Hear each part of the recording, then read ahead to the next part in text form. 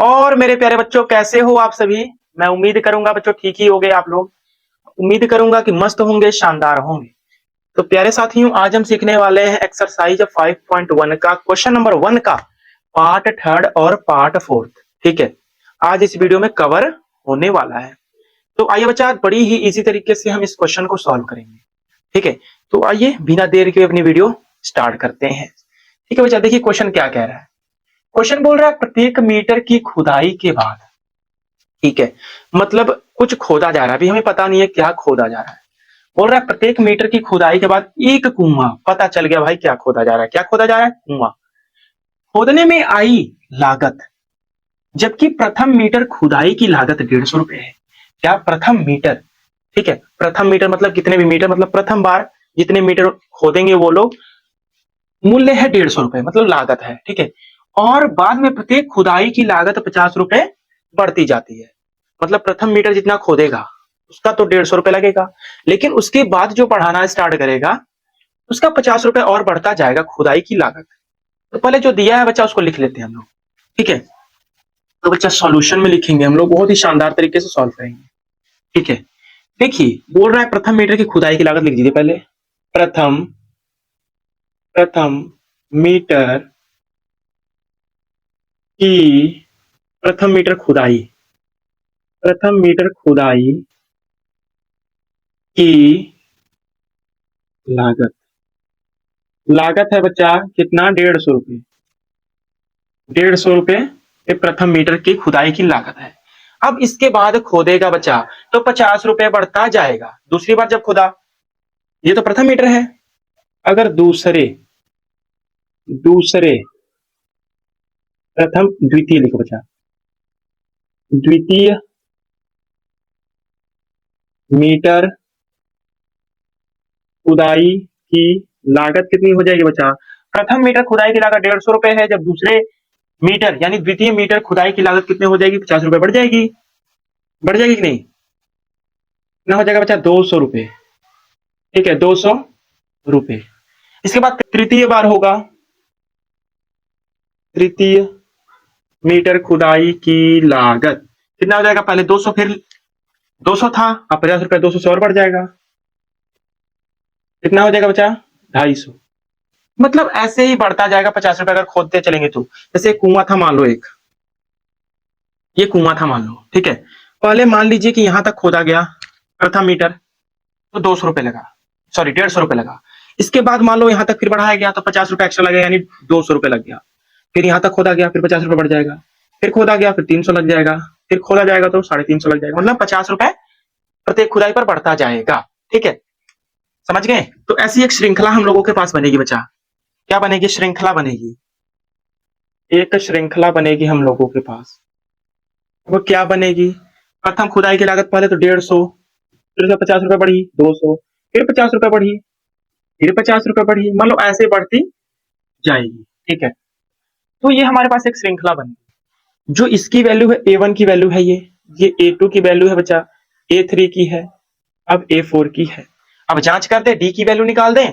अब जांच करेंगे बच्चा, क्या जांच करेंगे कि ये AP है कि नहीं। ठीक है, जांच करेंगे AP है कि नहीं। चलिए बच्चा देखिए, D1 की वैल्यू पहले निकालेंगे हम लोग। क्या निकलेगी? A2 minus A1, A2 minus A1। A2 की वैल्यू क्या है? 200 है, माइनस A1 की वैल्यू क्या है? 150 है। घटाएंगे बच्चा कितनी आ जाएगी? 50। इसी प्रकार D2 की वैल्यू निकालेंगे, A3 में से A2 घटाएंगे। ये सब आप लोग को पहली कक्षा में सीख गए आप लोग। ठीक है, A3 की वैल्यू 250 में से 200 घटा दे, कितनी आ जाएगी बच्चा? 50। इसी प्रकार D3 की वैल्यू A4 में से A3 को घटा दीजिए बच्चा, कितना आ जाएगा? 300 में से अगर 250 घटेगा तो 50 रुपए आ जाएगा। मतलब यहाँ पर हमारा देखा जा रहा है कि हर समय हमारा जो सर्व अंतर है, सार्व अंतर वो समान आ रहा है। इसका मतलब यह जो श्रृंखला बनी है वो AP है, क्योंकि हमारा सार्व अंतर समान है। अतः लिखेंगे बच्चा, अतः यह श्रृंखला AP है। AP है क्योंकि क्योंकि शार्व अंतर, शार्व अंतर, इनकी शार्व अंतर डी समान है। बस बच्चा, बस इतना ही आप लोग को करना है। क्या बोला था क्वेश्चन, एक बार और समझा देता हूं आप लोग को। क्वेश्चन बोला है बच्चा, प्रत्येक मीटर की खुदाई के बाद एक कुआं खोदने में आई लागत, जबकि प्रथम मीटर खुदाई की लागत 150 रुपए थी। मतलब एक कुआं है, समझाया था अभी, एक कुआं है, मान लो यहां तक पहले खोदी गई तो 150 रुपए लगता है प्रथम मीटर खोदने पर। फिर थोड़ा बढ़ाई गई तो 50 रुपए बढ़ जाता है। मतलब जितना बढ़ाएंगे आप लोग को 50 रुपए बच्चा बढ़ता जाएगा, बढ़ता जाएगा। ठीक है, बढ़ता जा रहा है 50-50 रुपए। तो A1, A2, A3, A4 और डी जब सर्वांतर निकालेंगे इन दोनों के, इन दो पदों के बीच का, तो सार्व अंतर जो हमारा दिख रहा है समान दिख रहा है। इसका मतलब जब सार्व अंतर समान होता है तो हम लोग का एपी रहता है। अब मैं उम्मीद करूंगा कि आप लोग को क्वेश्चन नंबर फर्स्ट का पार्ट थर्ड इजी से क्लियर हो गया होगा। अब पार्ट फोर्थ पर चलेंगे बच्चा। ठीक है, अब मैं साइड हटूंगा, आप लोग को स्क्रीनशॉट लेना है तो ले सकते हैं। ठीक है, मैं उम्मीद करूंगा बच्चा आप लोगों ने स्क्रीनशॉट ले लिए होंगे। आइए बच्चा क्वेश्चन नंबर इसका 4 देखते हैं। क्वेश्चन नंबर 1 का पार्ट 4 देखिए। क्वेश्चन नंबर 1 का पार्ट 4 क्या कह रहा है, बहुत ही शानदार क्वेश्चन है, इंपॉर्टेंट भी है। ठीक है, और है खाते में प्रत्येक वर्ष का मिश्र धन, खाते में प्रत्येक वर्ष का मिश्र धन, जबकि 10,000 रुपए की राशि 8% वार्षिक दर से चक्रवृद्धि ब्याज पर जमा की जाती है। ठीक है, ये जो 10,000 की राशि है, 10,000 रुपए की, ये प्रत्येक वर्ष 8% वार्षिक दर से चक्रवृद्धि ब्याज पर जमा की जाती है। ठीक है, मतलब एक साल में 8% का ब्याज लग रहा है, चक्रवृद्धि ब्याज। तो आइए बच्चा हम लोग इसको भी शानदार तरीके से सीखते हैं क्या कह रहा है। पहले जो दिया है बच्चा उसको लिख लीजिए, जो दिया है पहले उसको लिख लीजिए। बोल रहा है प्रथम, यानी प्रथम वर्ष की राशि, पहले वर्ष की राशि दे रखी है हम लोग पास, पहले वर्ष की राशि, पहले वर्ष की राशि हम लोग के पास है 10,000, 10,000 रुपए। ठीक है, ये पहले वर्ष की राशि है, यानी पहले वर्ष की राशि है मतलब A1, A1 की वैल्यू गिवन है, दी हुई है। ठीक है, अब दूसरे वर्ष की राशि निकालेंगे तो कैसे निकालेंगे बच्चा, अगर हम एक साल का 10,000 का 8% निकाल दूं, चक्रवृद्धि ब्याज, ब्याज निकाल दूं 10,000 का 8% और उस ब्याज को निकालकर उस ब्याज को 10,000 में ऐड कर दूं, तो क्या हमारे पास मिश्र धन आ जाएगा, दूसरे वर्ष की राशि आ जाएगी। चलिए बिल्कुल आ जाएगी। और आप लोग को पता है कि जो मूलधन है बच्चा, पहले वर्ष का मूलधन वो मिश्र धन के इक्वल होता है, आप लोग को पता होगा बच्चा। ठीक है, आप देखिए, अब ये तो पहले वर्ष की राशि है, अब दूसरे वर्ष का पहले चक्रवृद्धि ब्याज निकालें, दूसरे वर्ष का चक्रवृद्धि ब्याज यानी कंपाउंड इंटरेस्ट, CI जिसे हम बोलते हैं बच्चा। तो चक्रवृद्धि ब्याज निकाल रहे हैं ना, तो 10,000 का 8% निकाल दें, परसेंट जब हटेगा बच्चा तो क्या आ जाएगा बट्टा में 100। छोटी कक्षा से ही पढ़ते आ रहे हैं आप लोग। 2 जीरो से 2 जीरो खत्म, कितना आ जाएगा 800। ये 800 आ गया दूसरे वर्ष का ब्याज, चक्रवृद्धि ब्याज, ये ब्याज आया ना, तो अब दूसरे वर्ष का क्या निकाल देंगे, मिश्र धन राशि। दूसरे वर्ष की राशि क्या आ जाएगी, यानी A2 दूसरे वर्ष की राशि, दूसरे वर्ष की राशि आ जाएगी बच्चा, पहले 10,000 थी मूलधन, अब प्लस ये 800 ऐड कर दो, कितना आ जाएगी 10,800 रुपीज। ये आ जाएगी बच्चा हमारे पास A2 की वैल्यू, किसकी वैल्यू, A2 की वैल्यू, A2 की वैल्यू आ गई 10,000, यानी मूलधन में ब्याज जोड़ देते हैं तो हम लोग का मिश्र धन आ जाता है। ठीक है, तो ये बच्चा हो गया। अब देखिए तीसरे वर्ष का ब्याज निकाल दे फिर से, दूसरे वर्ष में इतना जमा किया बच्चा, ठीक है ना। अब इसका निकालेंगे 8%, तीसरे वर्ष का CI से लेते हैं बच्चा, ठीक है ना, CI यानी कंपाउंड इंटरेस्ट यानी चक्रवृद्धि ब्याज। तो 10,800 का 8% निकाल दें, परसेंट जब हटेगा तो बट्टा में 100 आएगा, 2 जीरो से 2 जीरो खत्म, मल्टीप्लाई कर दीजिए बच्चा, 8 64 का 4 6 हासिल 6 8 कमा यानी 864 रुपए इस बार ब्याज लगेगा, इतने रुपए ब्याज लगा। अब मिश्र धन निकाल दें, A3 की वैल्यू तीसरे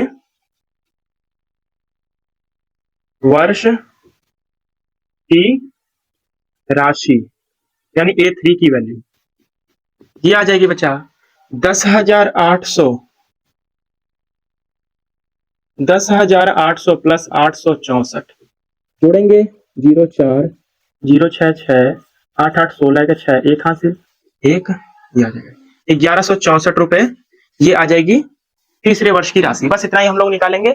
अब जांच करेंगे। अब A1 और A2 की वैल्यू लिख लीजिए। पहले तो A1 की वैल्यू क्या रखी है, A1 की वैल्यू है 10,000 बच्चा, A2 की वैल्यू है 10,800, A3 की वैल्यू है बच्चा 11,664। बस यहीं पर जांच करेंगे हम D की वैल्यू निकालकर। तो D1 की वैल्यू निकालें। D1 की वैल्यू कैसे निकलेगी, A2 में से घटाएंगे A1 को, 10,800 में से घटाएंगे 10,000 को, तो कितना आ जाएगा बच्चा 800। ये आ जाएगा D1 की वैल्यू 800। D2 की वैल्यू निकाल दें, A3 में से घटाएंगे 11,664 में से घटाएंगे 10,800 घटा दें तो कितना आ जाएगा बच्चा 864 आ जाएगा। देखिए हमारा जो शार्प अंतर आ रहा है D1 D2 निकालने पर वो सेम नहीं आ रहा है। क्या सेम आ रहा है, यहाँ पर D1 की वैल्यू 800 आई है, D2 की वैल्यू 864 आई है, क्या सेम है, नहीं सेम है। तो ये जो हमारी श्रृंखला बनी है बच्चा, ये श्रृंखला जो थी हमारे पास, जो श्रृंखला बनी थी 10,000 10,800 11,664, ये हमारी एपी नहीं है। क्यों नहीं है, क्योंकि शार्प अंतर समान नहीं है। अतः यह श्रृंखला एपी नहीं है, क्योंकि शार्प अंतर यानी डी असमान है समान।